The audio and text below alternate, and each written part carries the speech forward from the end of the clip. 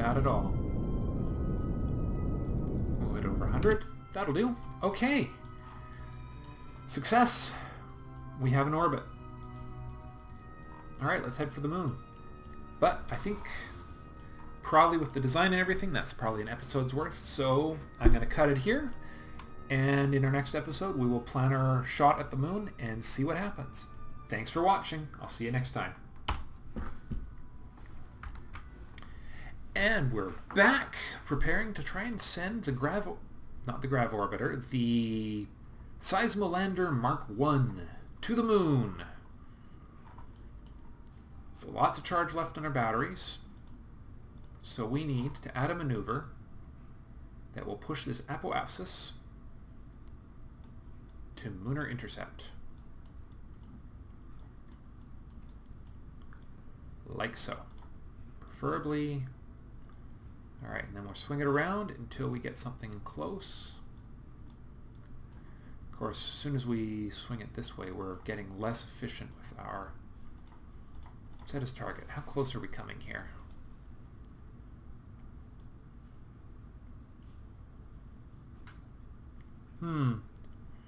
This is not an optimal orbit for this, is it?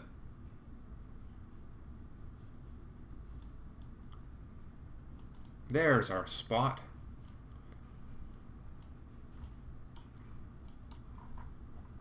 So we're going to hit the moon pretty close.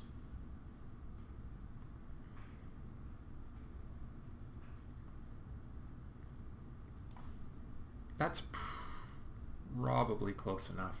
Can we get a little closer? Yes, we can. 500,000. That's as close as we're going to get. So that's going to be our burn in 5 minutes. Oh dear, we have very little time to swing it into position. Unset target. We don't need extra things boggling our confusion here. Lock it on.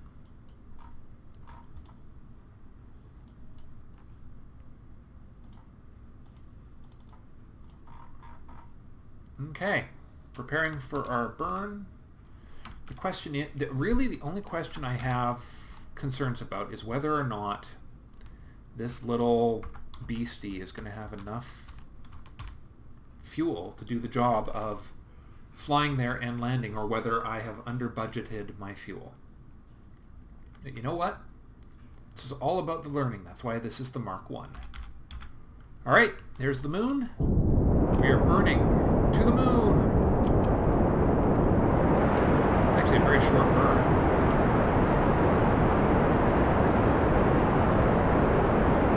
One-minute burn. Full power to 5 engines.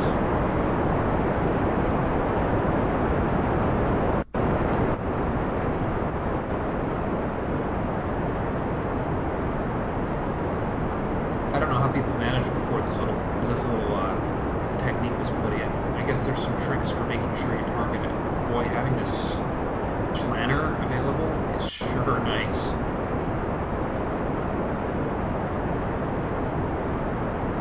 Just goes to show how much further Minmus is. On the other hand, I've also got a lot more power in this orbital transfer stage now. Aha! Munar periapsis is established. Let's get rid of this and see what kind of mess we've made. Nice! That's even better than my planned encounter. Alright, let's start accelerating along the orbit. Let's turn off our RCS. And we will plan our Munar orbital insertion when we get a little closer.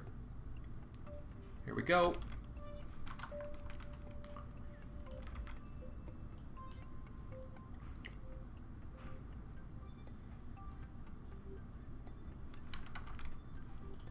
We're just about to come into Munar orbit here.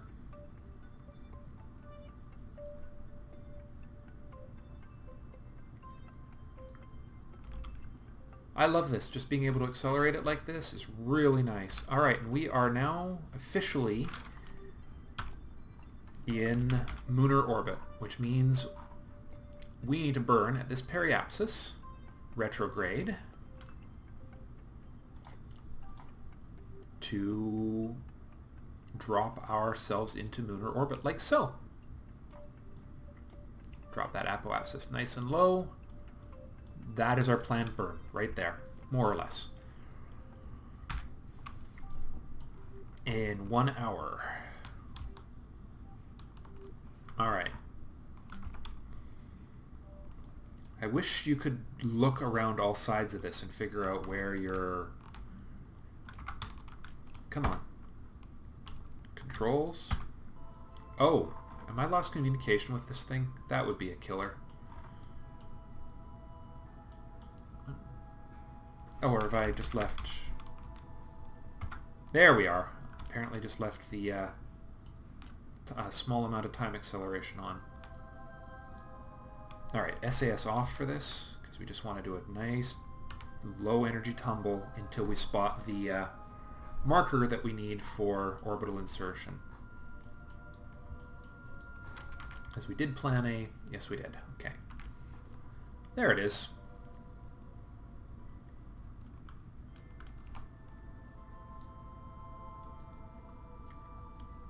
Beautiful. Very gently tumble. Where's the moon? There's Kerbin. The moon! Lovely! Lock it on.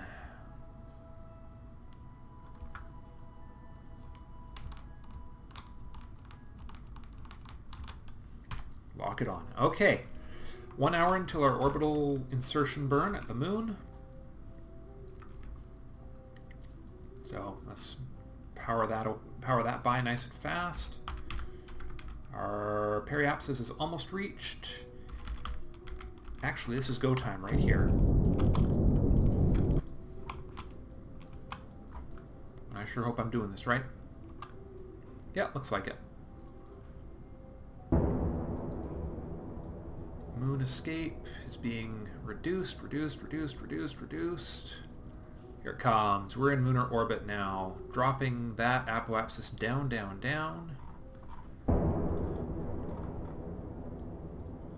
Nice and low.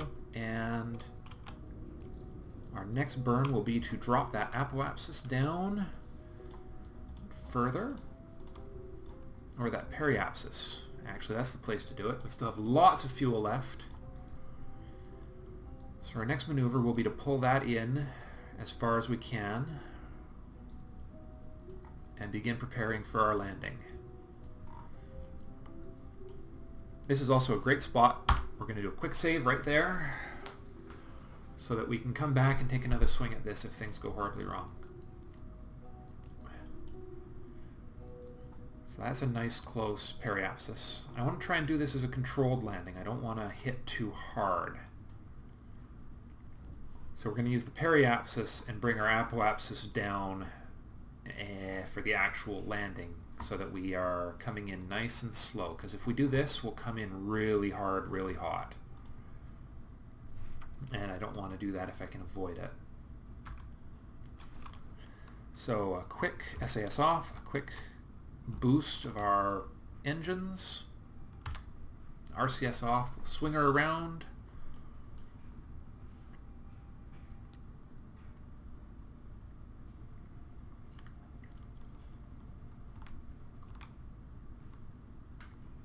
RCS on.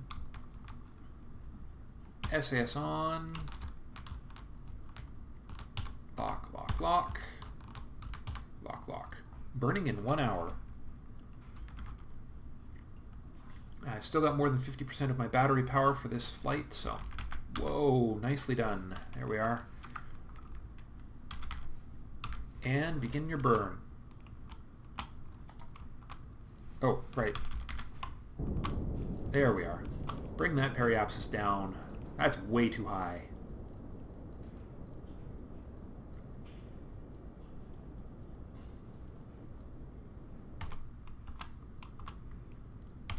There we are. That's that maneuver done. Now this will be our landing maneuver, which is really just simple as a retrograde burn to bring us down onto the moon. Simple as that. And then the only hard part will be actually straightening her out. But yeah, that's all we need to do. I don't need to plan a maneuver for that. It's just going to be a retrograde burn at the periapsis, which is basically just going to be turning that off, giving that a quick punch.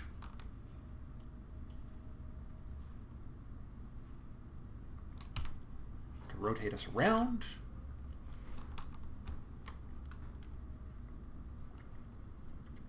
And then we'll see what happens.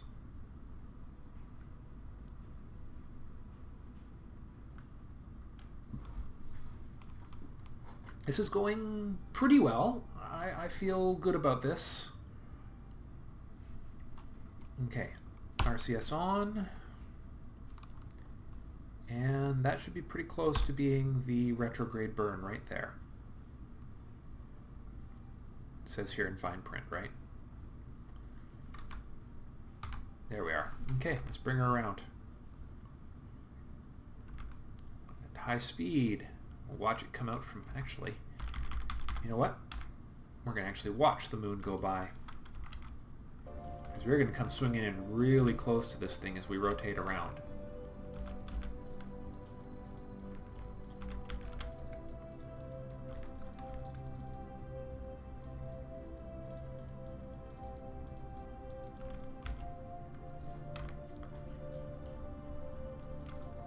Beautiful. Look at this.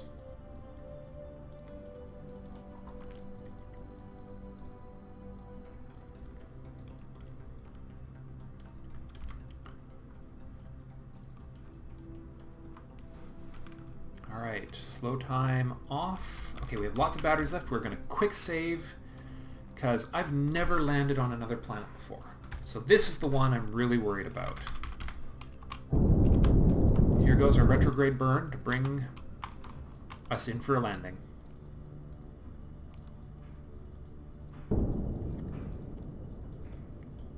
And really at this stage it doesn't matter where we land. We just have to land it.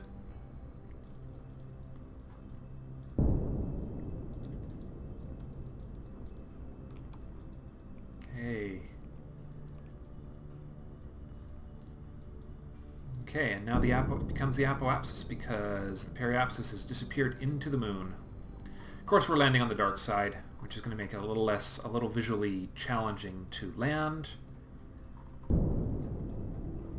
We still have lots of liquid fuel left.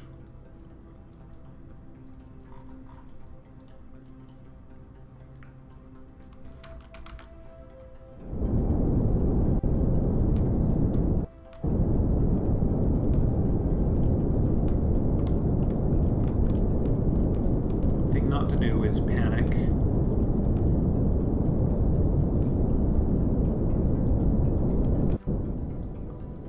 And accelerate overly.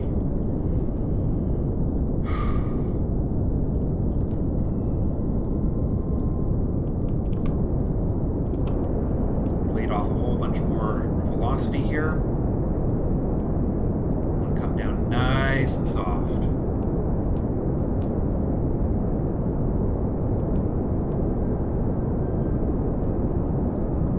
I'm not sure if this idea has worked out quite as I'd hoped, but you know what, that's okay.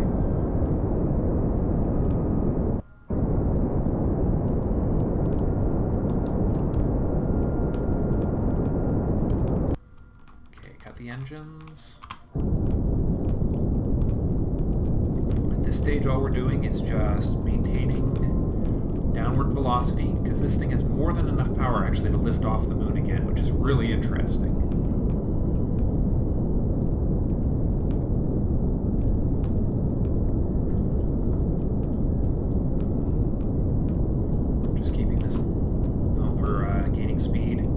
Stop that. No more gaining speed.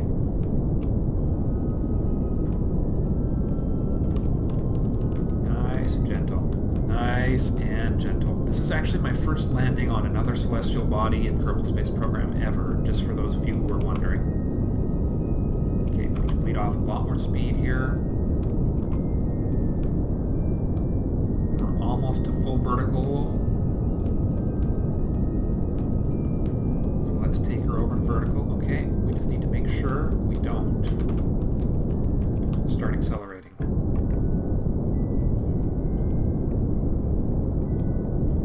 Beautiful. Looking good.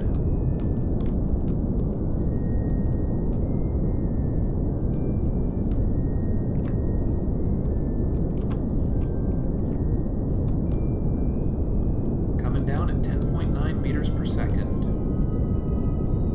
I can actually cut the engines and bleed a little bit of that speed off in a minute.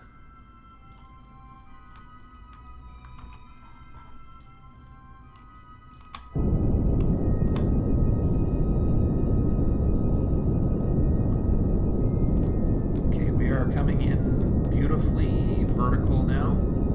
I need to bleed off a little more speed. I can't tell how far away that surface is, which is really scary. We have a limited amount of fuel left. This is the part I'm not positive about, but that's what this is for. Things look really ugly. We pop off those fuel tanks and try and land on RCS only.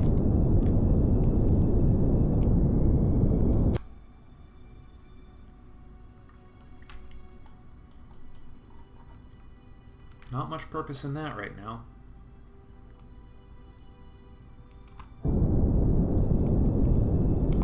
Okay, let's arrest that.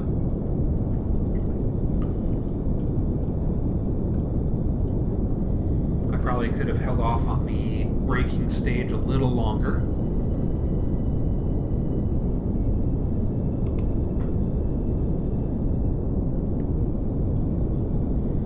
wonder where we're even landing. I can't even tell what biome we're over right now. But I think if I'd set my mind to it, I could do a precision landing. Now, in the interest of not cheating, every time I put a lander on this moon, it's going to be a brand new. I'm not going to use that quick save. Just FYI, guys. I will fly another probe to the moon, and I will land it. I mean, this design is good. It's just going to be a lot of flights to bring in the science. Unless I can hop this thing. Or if I could land something somewhere with multiple decent biomes and do a quick lunar surface hop. You know, just pop into a low arc to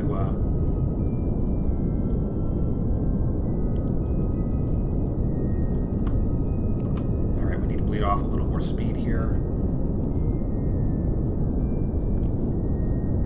Leading her down.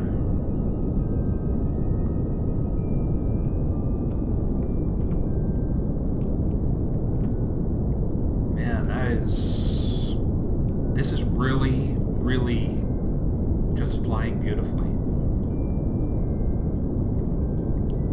It really is. I mean, we're coming down way slower than probably is at all necessary. I can't even look. I think we're actually within some of the craters now.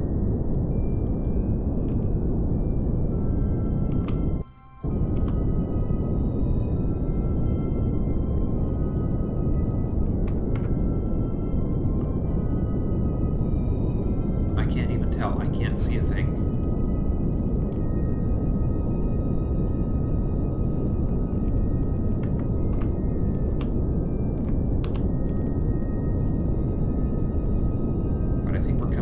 Fairly horizontal. My only big concern at this stage is whether or not it will...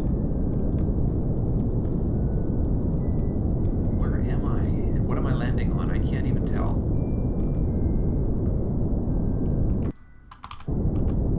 And I just cut the engines there. That was stupid.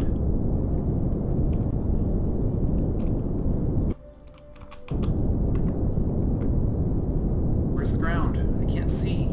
Should have landed on the light side of the planet, dang it.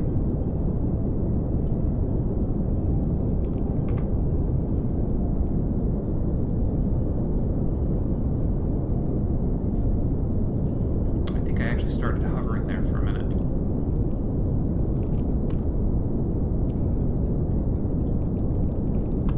Am I in a crater of some sort? I must be in a crater.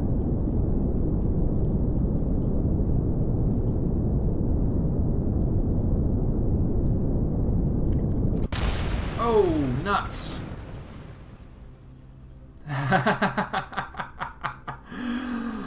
Alright, RCS off. Let's save some fuel there. As long as the seismometer is intact. Uh-oh.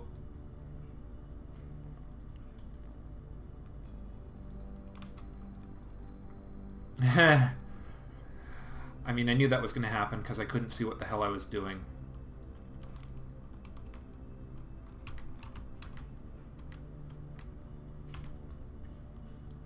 Alright, let's try and break it. Break it.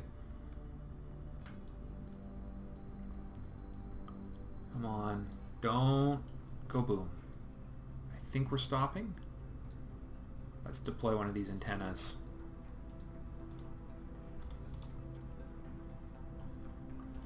And let's see what the seismic data says. Oh! It worked! The sensor picks up distant impacts on the surface, reflecting along the interior of the moon. Well, I guess that's stable enough. Let's send that back to Kerbin. And let's hope we have enough batteries to do the job. As our Munar lander of hilarity slowly slides along the surface. RCS off, SAS off. I wonder where we did wind up landing. Just in the middle of... Well, this thing ain't lifting off again, guys. I think I blew all the engines off of it.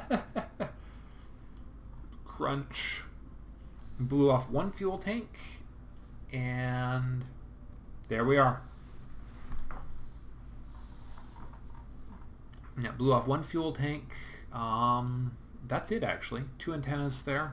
This was really silly. I can't believe this is stuck to the dang thing. I needed to flip it over. I need to remember how to flip things over. If I could have seen, I probably could have done better. But I just don't know if the seismograph data here is biome specific. I guess I could separate the stage and see what I can do with 87 pounds of monopropellant. That was almost exactly the right amount of fuel. I probably could have done that more efficiently, actually. I bled off more speed than I should have early on. But you know what? I'm not worried about it. I came down, and I have a craft that is, well, on the moon. I'll call it a rover. That's interesting. I wonder why I can't see this thing on the map right now. Probably because we're transmitting data. Oh crap. Come on, communicatrons. Don't fail me now.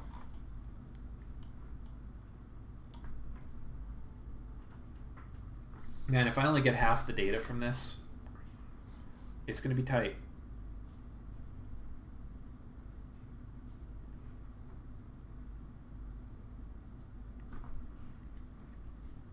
Well, it'll be a case of lessons learned.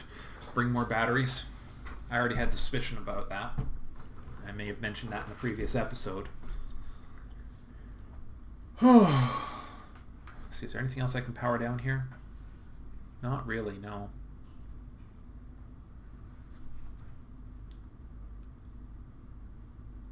%, with 475 to go. It's going to be touch and go, but that's definitely taken a lot of electrical power. That's a big block of data. 65. We're going to be short. We're going to run short on data transmission bandwidth. Ha! Figures, guys. It figures. But that will be enough, hopefully, science, hopefully, for me to at least get a bit more tech for the next flight. I mean, an EVA tech would be really cool. Yeah, there goes the last of the battery. Actually, the more efficient antenna would probably have been sensible for this flight. Well, it just means we'll have to redo this. We've still got 179 of the possible science out of this, and you know what? I think that's probably... good enough for now. Ladies and gentlemen, our first Munar lander, such as it is. Thank you guys for watching. We'll have a look at the science in the next episode.